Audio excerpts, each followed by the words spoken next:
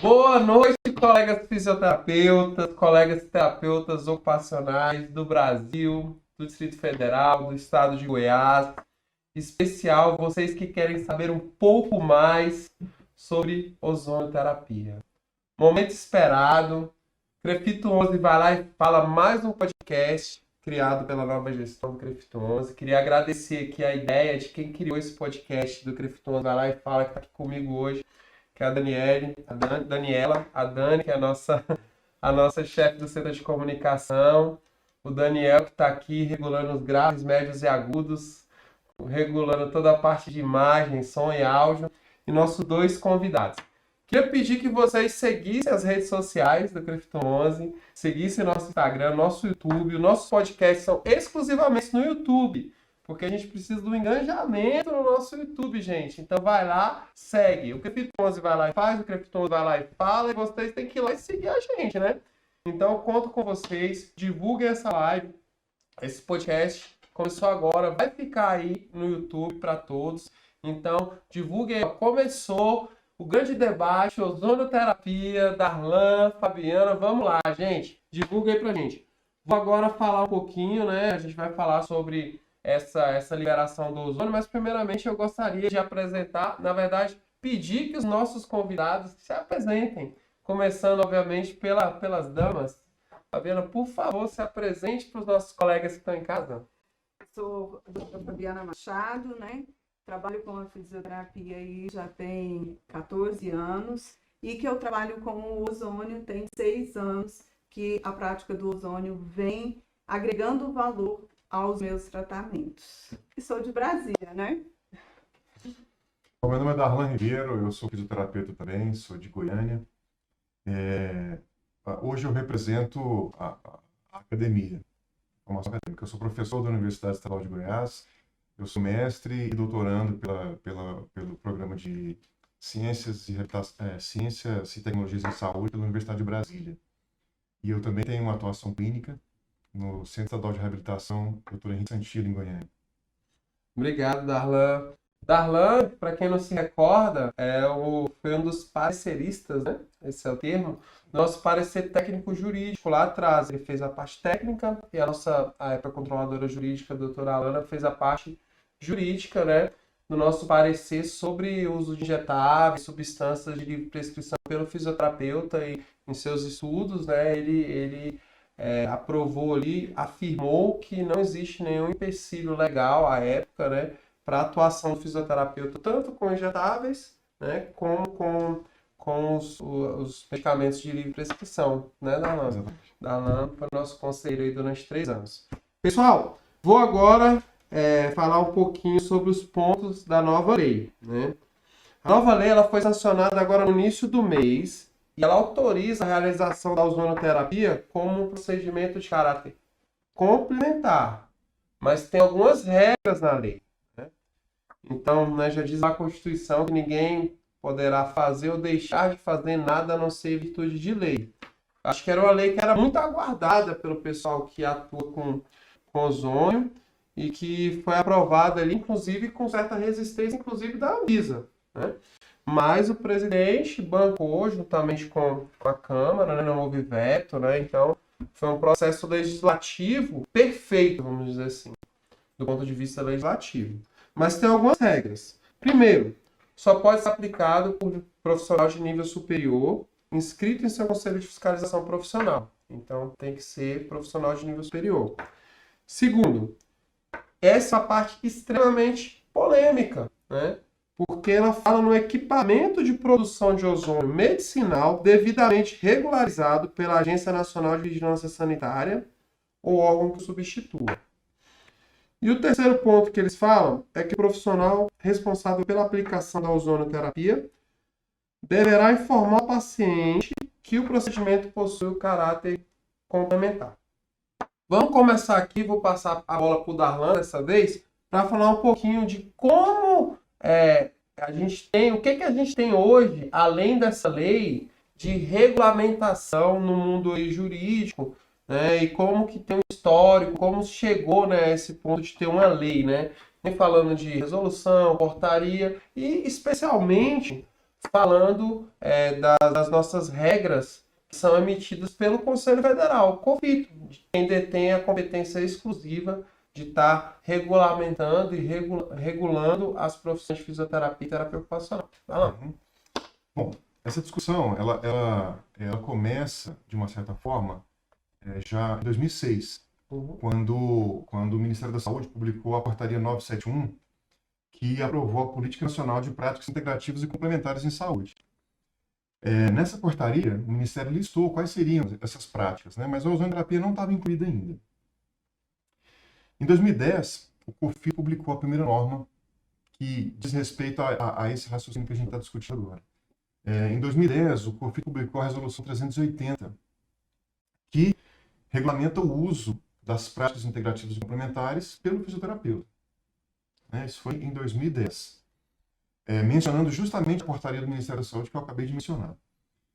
Aqui também, nessa resolução, lista também quais são as práticas integrativas e complementares que o fisioterapeuta está autorizado a utilizar.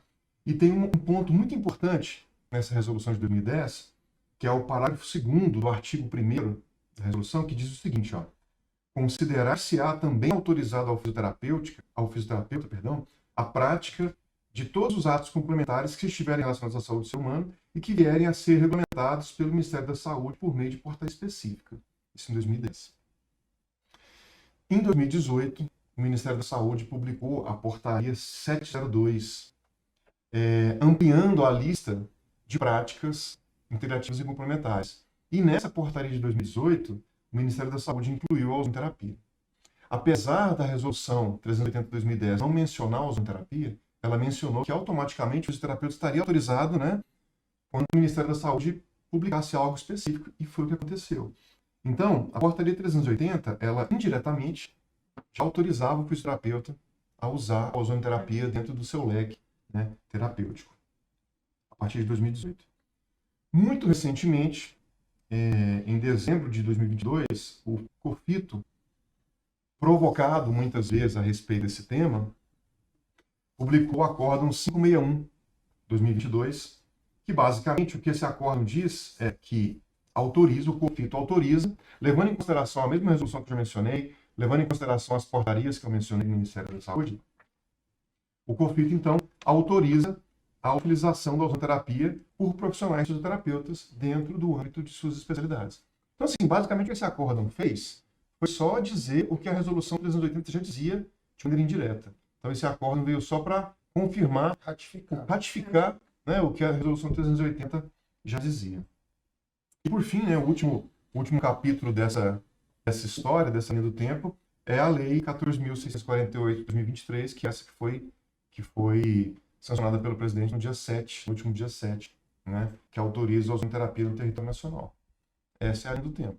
Então, assim, o fisioterapeuta já era, então, autorizado a usar a ozonoterapia, pelo menos desde 2018, quando o Ministério da Saúde incluiu a ozonoterapia, na lista das práticas integrativas complementares de saúde. O nosso conselho, vale lembrar que é o único conselho que não tem uma carga horária específica de curso, da especialização, porque igual a enfermagem são 120 horas, as outras categorias, a biomedicina são 120 horas, e o nosso conselho, eu acredito que logo em breve deve aprovar aí uma carga horária de 120 horas, entrar no padrão, porque, querendo ou não, tem uma certa banalização em relação aos cursos, porque, assim, quantas horas eu preciso para atuar com a prática? Então, os outros conselhos já têm essa regulamentação, os conselhos federais. Então, nosso COFITO está atrasado, em colocar ali uma carga horária, mínima e tal. Você entende isso? Sim. Okay. Existia uma expectativa de que quando o COFITO publicasse um acórdão referente à ozonoterapia, que fosse uma normativa que disciplinasse o uso desse recurso na fisioterapia. Essa era a expectativa. Mas o que se esperava desse acórdão 561. Mas, na verdade, não houve isso que a senhora mencionou, de dizer quais são os parâmetros para se utilizar, até onde vai a atuação do fisioterapeuta, que é o que a gente chama de disciplinar a prática. E não houve. Isso não existe ainda. Pessoal, só para lembrar aqui, eu acabei esquecendo no início de falar com vocês, perguntas, por favor, podem ir fazendo aí no nosso chat. Ao final, para a gente não interromper aqui o raciocínio, a nossa equipe de comunicação vai pegar as perguntas, vai dar uma compilada, que às vezes são repetitivas, e a gente direciona aqui. Então, eu quero fazer a pergunta para a Fabiana Machado. Para a Fabiana, doutor Darlan, professor por Darlan, tá? Para mim não pergunta não, gente, que eu não entendo nada de ozônio, não. Eu estou aqui só ajudando aqui aos entendidos, aos experts, né, poderem colocar a sua prática e o seu conhecimento para vocês, tá bom? Continuando aqui, o que é importante a gente abordar? Fabiana, em Minas Gerais, o que é a ozonoterapia? O ozônio, ele tem, né, três moléculas de oxigênio, aonde ele precisa de um gerador de ozônio medicinal, onde ele vai passar por uma descarga elétrica e vai gerar esse ozônio, né, esse gás poderoso aí. E aí, o que a gente tem que lembrar? É totalmente diferente o oxigênio, tá, do ambiente do oxigênio medicinal. O oxigênio medicinal, ele é um medicamento, ele é uma terapia, né? A gente tem a oxigenoterapia. Então, a gente precisa deste equipamento com o oxigênio, que o oxigênio você vai ter que pegar por uma empresa séria, que vai ter que ter o registro da empresa onde tem o técnico, que é o farmacêutico, que produz esse gás medicinal para gerar o gás de ozônio para usar a terapia. Uma coisa, eu já fiz N cursos, tanto fora do Brasil quanto dentro do Brasil.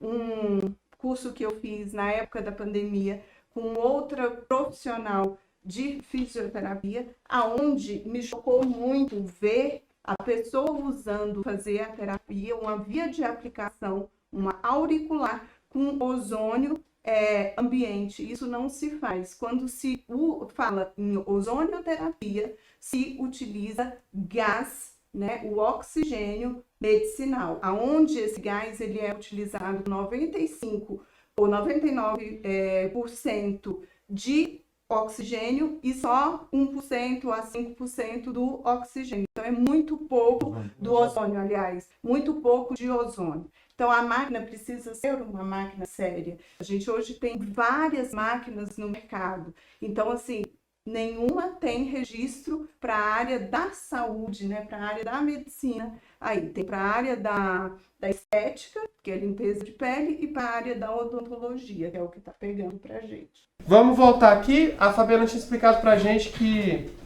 o ozônio ele vinha ser aplicado local via agulha, via seringa e agulha. Eu queria saber como que é feito. Você também falou um pouquinho do ozônio para aplicação mais, né, via sistêmica. A gente tem, segundo a Declaração de Madrid, né, a gente tem as vias de aplicação. Então, a aplicação tópica, que são as bags, que serve para ferida, para problema de tecidual ali, então da cicatrização. E tem a aplicação local, que são feitas com agulha intraarticular, a autoemo maior, que são vias sistêmicas. E a insuflação retal, que na época da pandemia foi muito conhecida pelo prefeito de Itajaí aí, que falou, né, que ia estar disponibilizando essa técnica no Covid. Quer acrescentar alguma coisa, Darlan, sobre as vias? Eu acho que o ponto que gera polêmica em relação à ozonoterapia é justamente quando a gente vai procurar a evidência, quando a gente vai procurar a pesquisa a respeito, a ozonoterapia falha muito nesse aspecto, né? Os estudos geralmente eles são poucos, eles são com uma metodologia muito ruim e as revisões acabam não conseguindo chegar a conclusões. Inclusive das vias. Inclusive das vias, exatamente. Essa é uma questão importante. Uma coisa que me chama a atenção na ozonoterapia e que eu vejo de maneira recorrente todas as vezes que mencionam e que defendem o uso da ozonoterapia, doutora, eu vejo sempre se utilizar do argumento de que alguma pessoa, alguma celebridade que usa, ou alguma pessoa que é como se fosse um representante da técnica, uma pessoa que mais ou menos como se fosse um guru da técnica, que geralmente é uma pessoa de um outro país, uma pessoa já supostamente grande experiência clínica, e eu percebo que a aplicação do ozônio, as recomendações do ozônio e as supostas boas respostas do tratamento ao ozônio, elas se baseiam muito nesse tipo de argumento. E isso não diz respeito apenas às formas de aplicação. Vamos entrar agora nessa outra pergunta aqui, Fabiana, já que ele já entrou meio que já deu a introdução com relação à polêmica da ozonoterapia.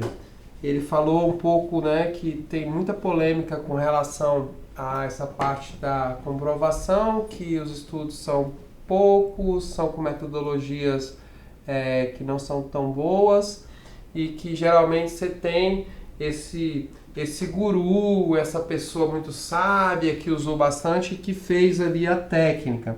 Eu queria que você falasse em sua defesa, você citou aí o que? O Tratado de Madrid? A Declaração de Madrid. Eu desconheço, você já tinha ouvido falar da Declaração de Madrid? Eu ouvi falar. Então, fale um pouquinho sobre a Declaração de Madrid e, por favor, rebata um pouquinho aí o que o Darlan comentou. Aqui todo mundo tem voz, aqui o Crefito 11 vai lá e fala.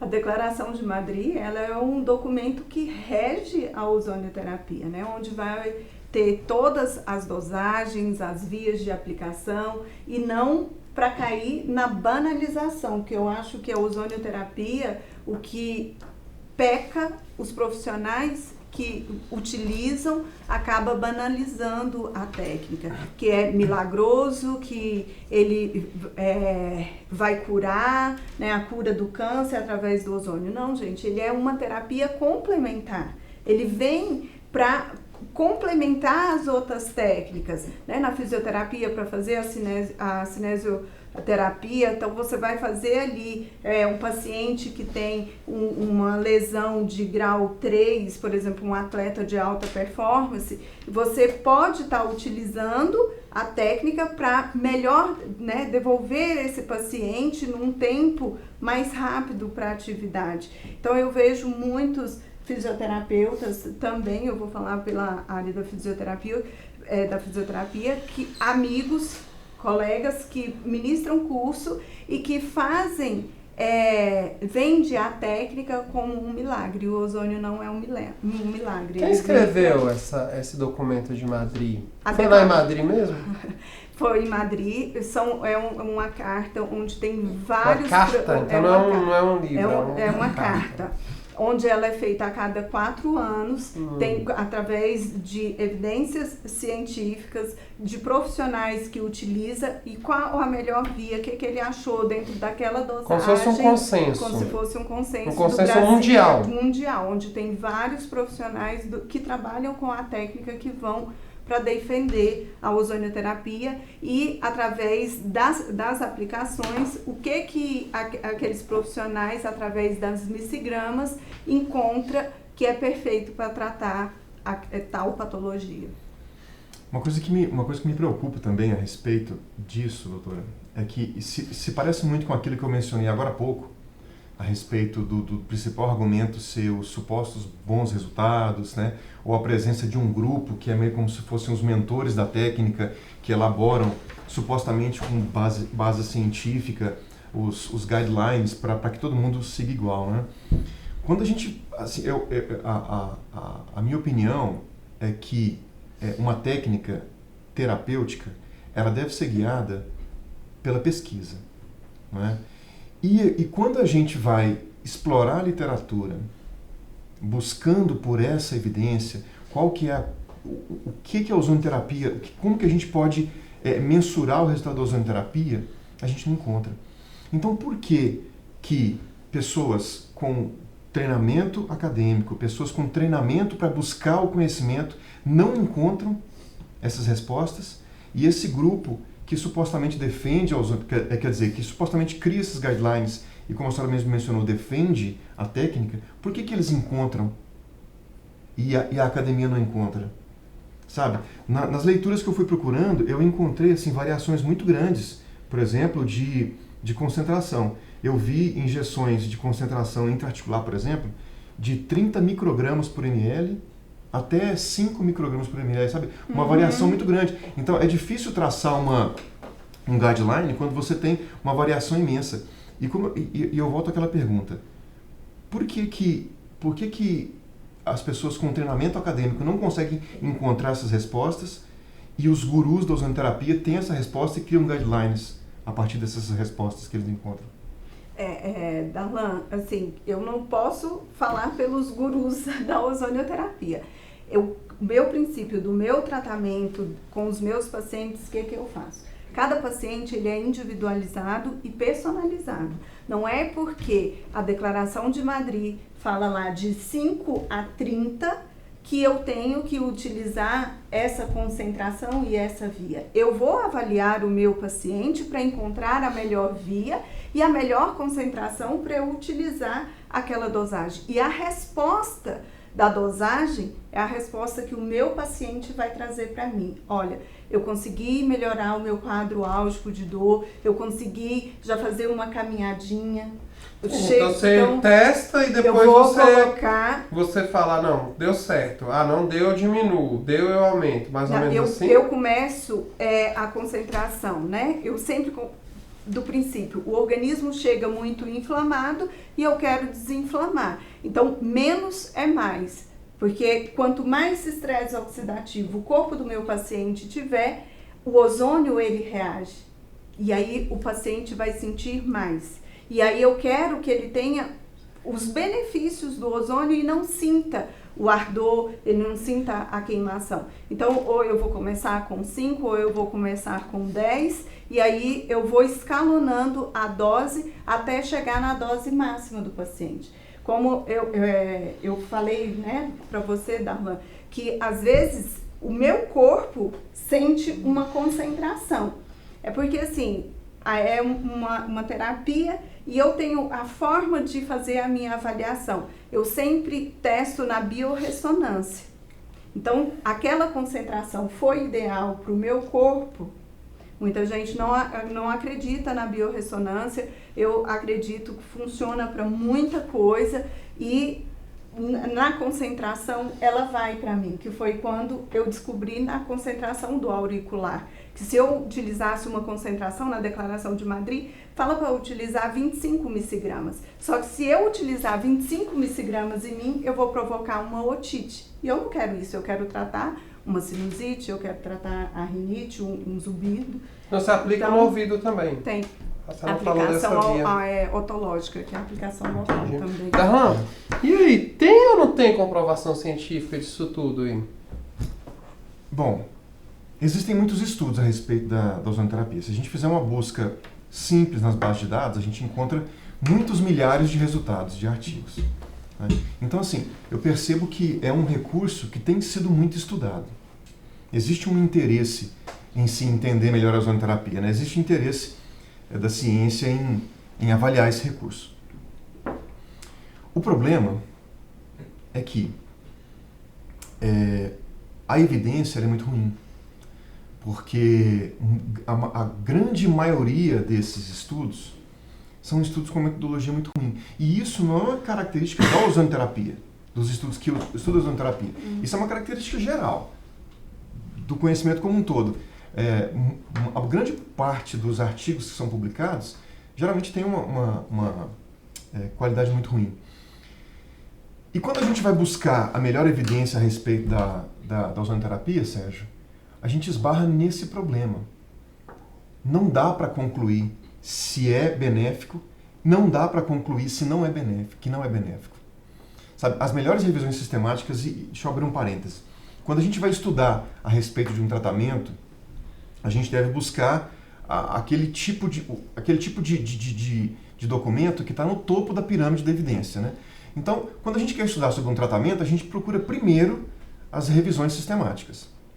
Na revisão sistemática, teve um grupo de pessoas, especialistas, que encontraram um número X de artigos, avaliaram a qualidade daqueles artigos, separaram os que têm boa qualidade e fazem um resumo das conclusões. Fazem alguns cálculos estatísticos baseados nos resultados desses.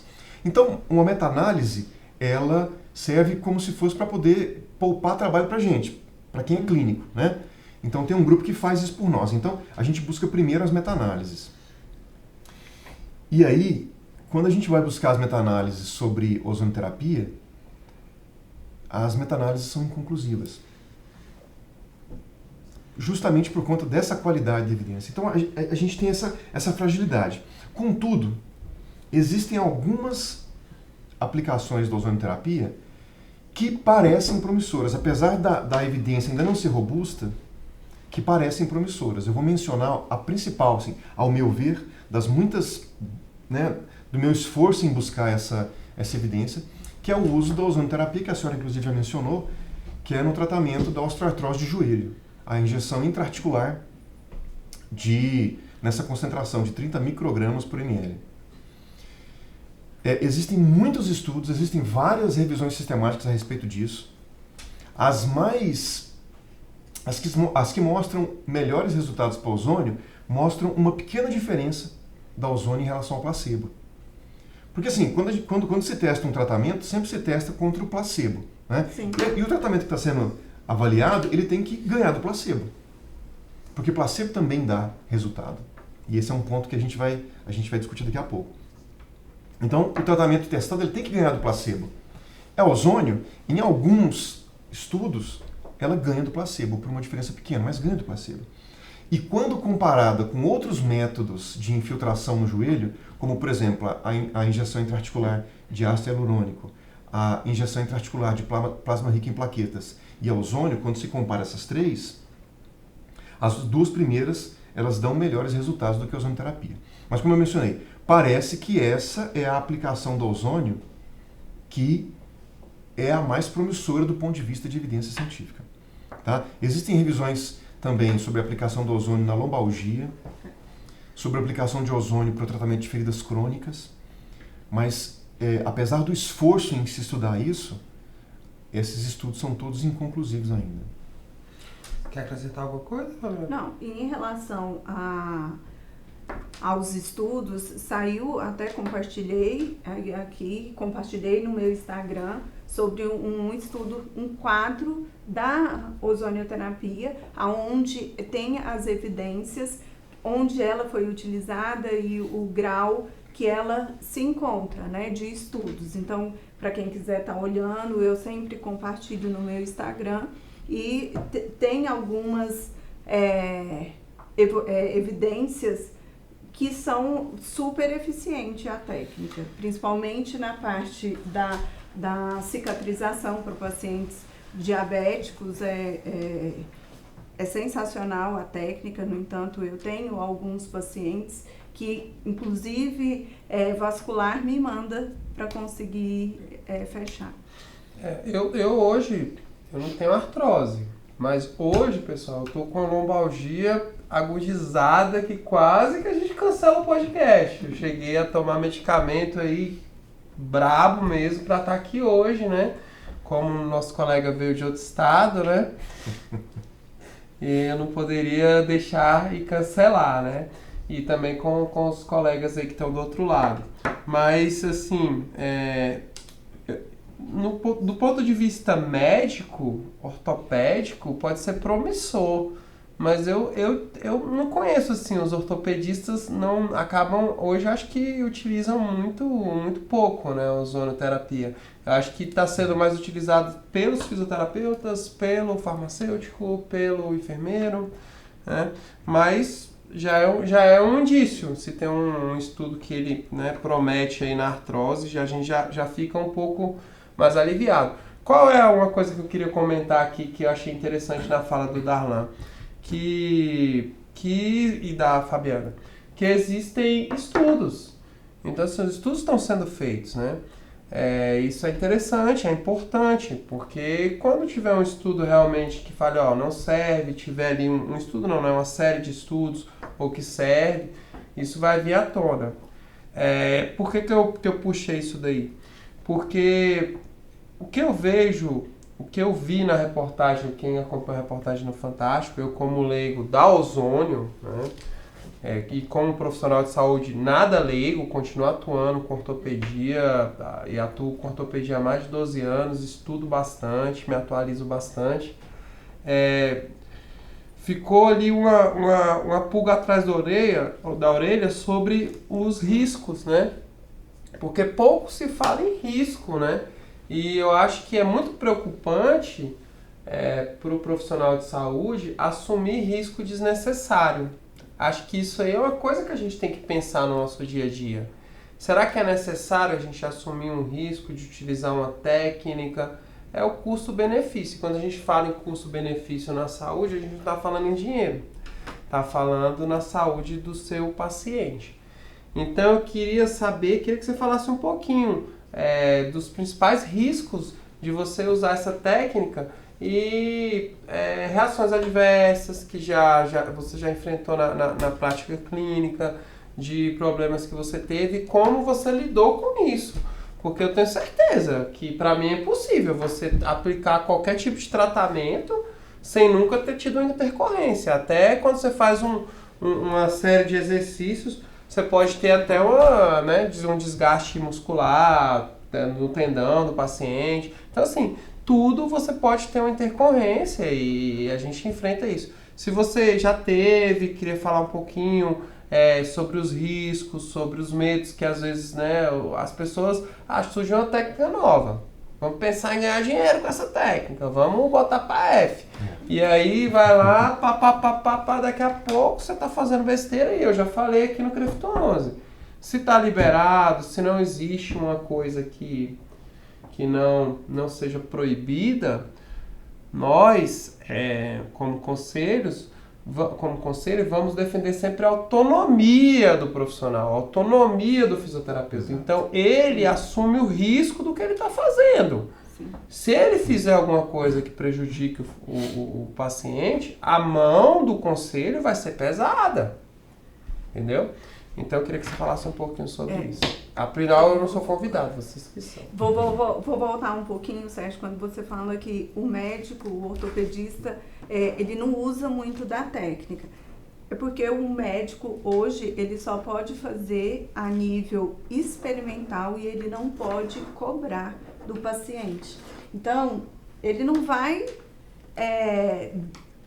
fazer uma técnica que não vai beneficiar ele. Então, ele acaba indicando. Eu tenho muitos profissionais ortopedistas que, às vezes, indicam para mim para eu poder estar fazendo a aplicação. Existe aqui em Brasília ortopedistas que vão fazer artrodese que já utiliza a ozonioterapia dentro do centro cirúrgico, antes de efetuar a técnica, tá? Em relação ao risco, a ozonioterapia tem sim os riscos que não pode ser feito o ozônio para paciente que tem deficiência de G6PD, é absoluto, ele não pode ter contato com o ozônio. O estresse oxidativo desse corpo é muito grande e em contato com o ozônio vai piorar esse paciente. Gestante, que a gente não faz nada com a paciente gestante, porque paciente gestante já se fala, né? Paciente, então ela não pode. Então, é uma técnica que não se utiliza, não tem estudos para paciente gestante. Então, eu tenho o meu modo de fazer a técnica, por conhecer, eu faço uma avaliação no meu paciente, onde eu olho os exames laboratoriais, onde eu vejo os eosinófilos desse paciente, a própria plaqueta, o hemograma completo ali, vejo o que está acarretando, levando esse paciente a ter uma disfunção. Então, para eu escolher a melhor via de aplicação, mas eu, como ministro cursos, já peguei alunos meus que procura, que não estuda, que não entende o corpo e que quer utilizar aquela concentração, porque existe a concentração de 25 a 50, igual nós falamos, né? E aí ele vai lá para tratar uma ferida, utiliza, não tem aquela visão da ferida e vai fazer uma bag, que é uma bolsa, envelopa ali o membro e põe o gás em 25 minutos, ele recebendo o gás, que ele é bactericida e fungicida. E aí o que acontece? Às vezes ele extrapola no tempo e às vezes acaba necrosando. Eu peguei aí um caso essa semana, de um caso parecido com esse, aonde o gás ficou em contato na planta do pé e aqui na parte da frente não, e aí todo preto.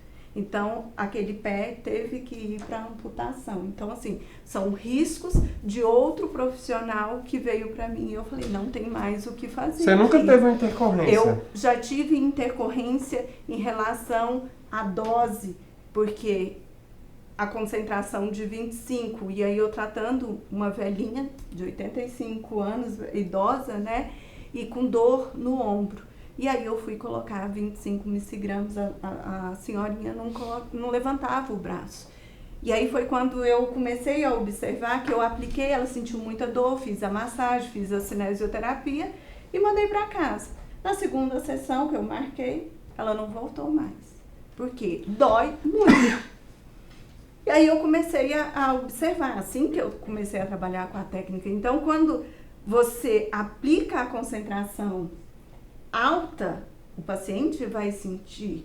E aí você tem que ir modulando aquilo ali. Então não dá para você ir marcar os 25 e ser 25 microgramas e ter que ser aquilo. Porque o paciente ele é individual, ele é único. Então por isso que hoje eu falo, menos é mais. Então eu vou escalonando. Mas eu tive essas intercorrências da concentração no começo. Então, qual paciente que sente a dor, piora o quadro álgico dela para depois vir a melhora. Então, hoje eu só faço na concentração alta para pacientes atletas, hoje, porque eu quero recuperar esse paciente mais rápido. Mas se for um paciente sedentário que já vem com uma deformidade, eu não utilizo altas concentrações. Darlan, por favor, vamos falar aí sobre os riscos aí que a ciência já registrou. Sim, a ozonoterapia, ela envolve riscos mesmo, né, como você já mencionou também, e riscos relacionados diretamente ao uso do ozônio e riscos indiretos relacionados à técnica, ou ainda existe o risco que a gente precisa levar em consideração, que é quando você não submete, você deixa de submeter a pessoa a um tratamento sabidamente eficaz para aplicar a ozonoterapia, por exemplo.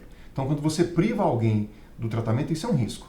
Você priva do tratamento que é sabidamente comprovado, né, que tem eficiência, para se usar um tratamento que é experimental. Então, esse é um risco. Um outro risco, como é uma técnica injetável e é uma técnica que se faz com alguma frequência a infiltração intraarticular, então existe o risco inerente à técnica, né?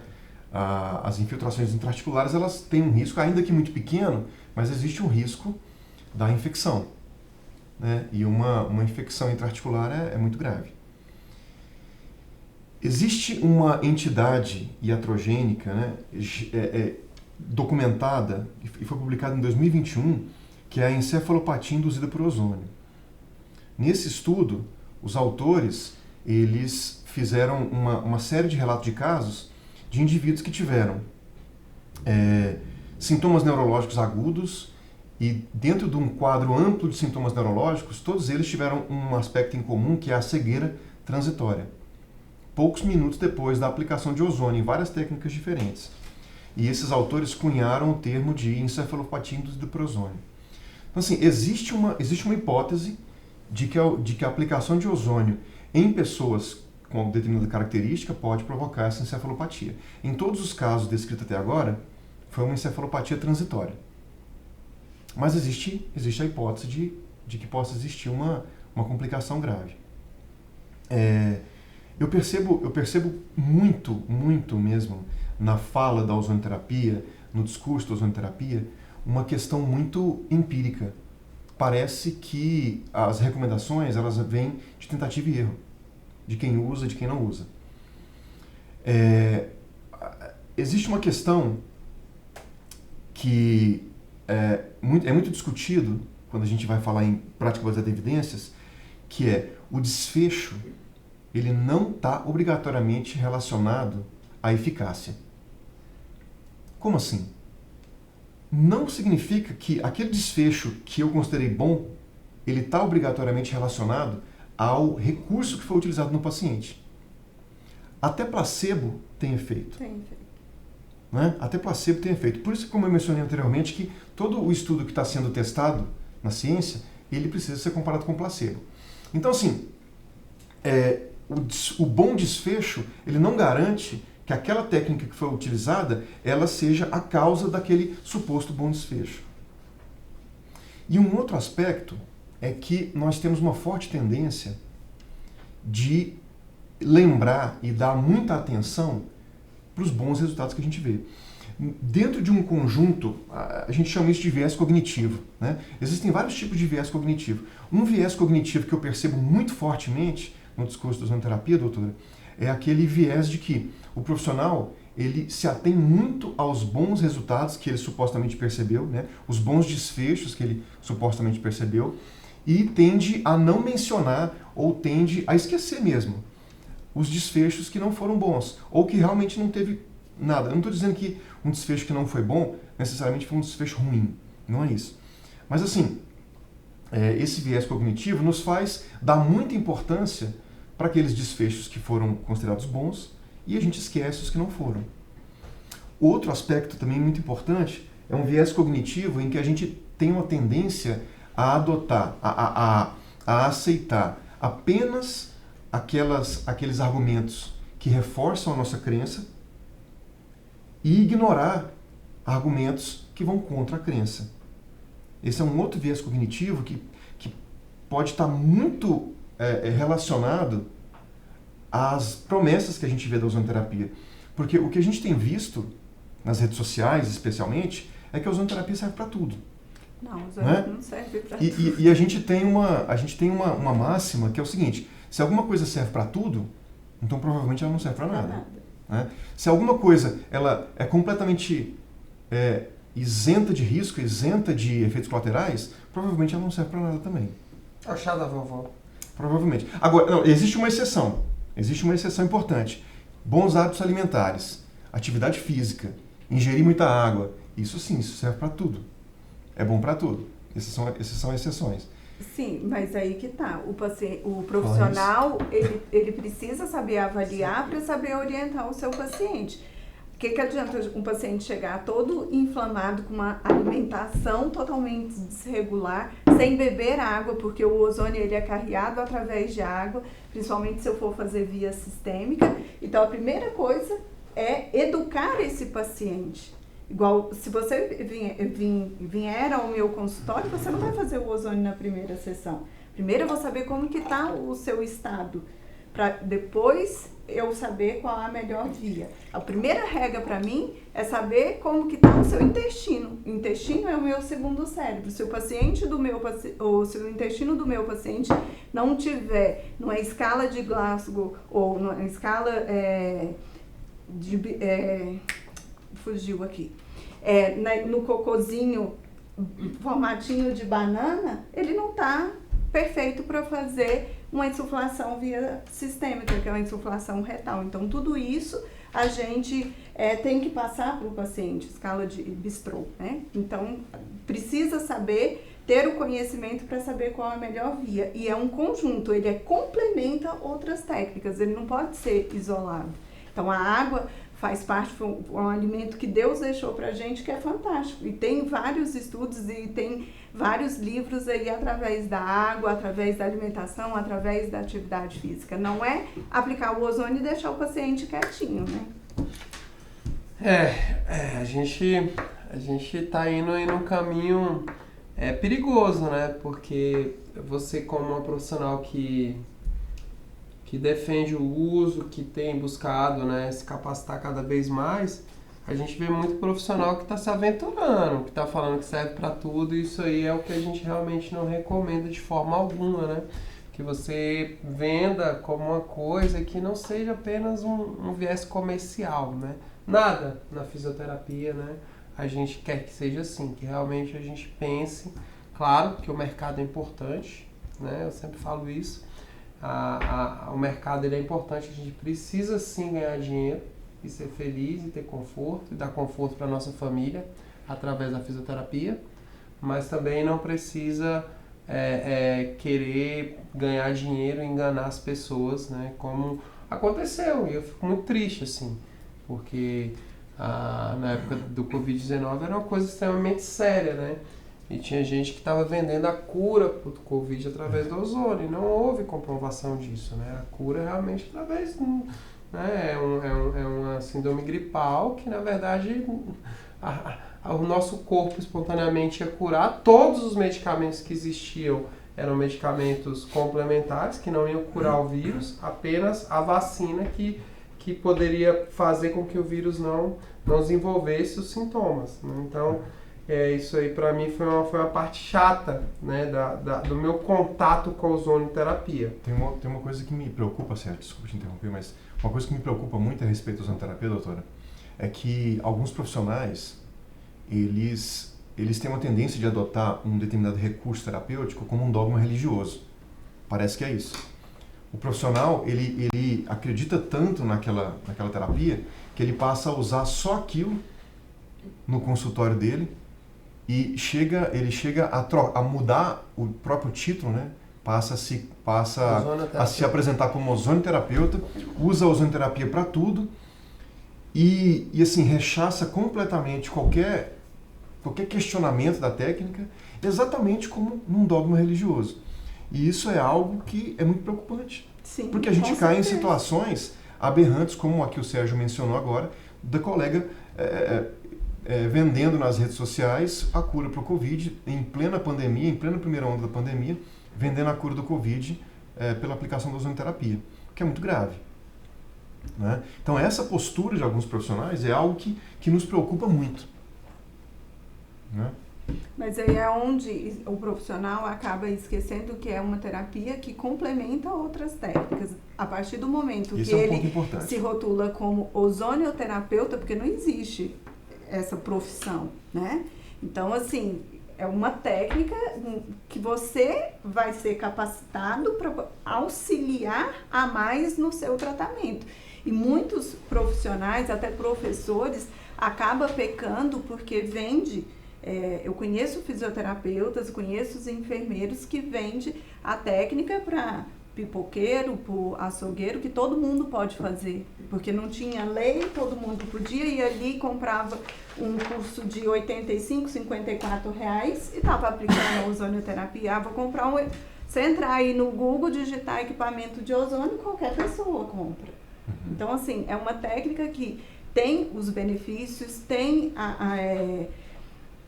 para mim é cientificamente comprovado, né? Tem algumas evidências científicas, só que muitos profissionais que formam outros profissionais acabam banalizando porque estão pensando somente no dinheiro, né? No comercial. Para ela falou que é cientificamente comprovado. Para você, Darlan? Não, ainda não. Não? Nenhuma aplicação ainda é cientificamente comprovada. Eu não concordo nem discordo, eu penso exatamente o contrário. Pessoal, agora vamos finalizar com as perguntas, né? Já passamos um pouquinho aqui do tempo, tivemos a nossa falhinha técnica, mas acontece, né? Mas a gente segue aqui sempre levando informação de qualidade para todos. Dani, vou pedir para a Dani, deve ter umas 10 mil perguntas aí, Dani, mas manda as mais importantes aí. O pessoal tem feito muito comentário aqui, o Sinésio comenta. Existe uma tendência... Sinésio? Sabe que é nome ou é apelido? Sinésio, foi meu professor na faculdade. É sério? Ah, tá. Eu tive a honra de estudar cinesiologia, aliás, cinesioterapia, com um professor que chama Sinésio. Pronto, que é isso? Que honra. Daqui a pouco vai ter um menininho aí com o nome de Ozônio. Já tem, né, velho? Brasileiro é brasileiro, né, velho? Não tem como, velho. Vamos lá. Existe uma tendência de uma sobrevalorização de técnicas baseado em relatos positivos prevalentes, inclusive abandono para os recursos. Paulo também comenta, aula de ciências, parabéns, Crefto 11.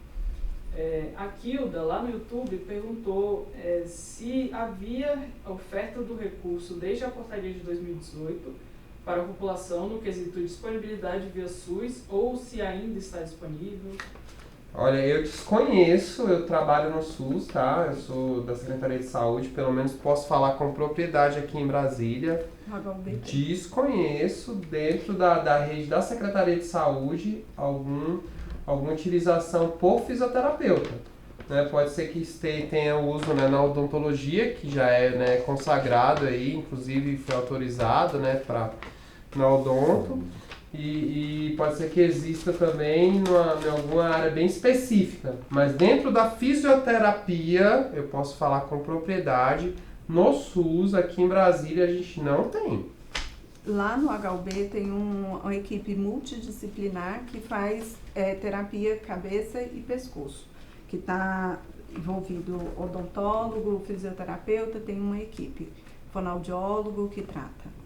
Ela tem um convênio com o SUS, apesar de não fazer parte da Secretaria de Saúde, né? O hospital universitário, que ele é federal, né? E é um hospital universitário, então realmente tem esse viés experimental de fazer realmente estudo científico e tal. É diferente, né, da entrega à população. Então, para a população via fisioterapeuta, eu posso afirmar que não desconheço, então não tem.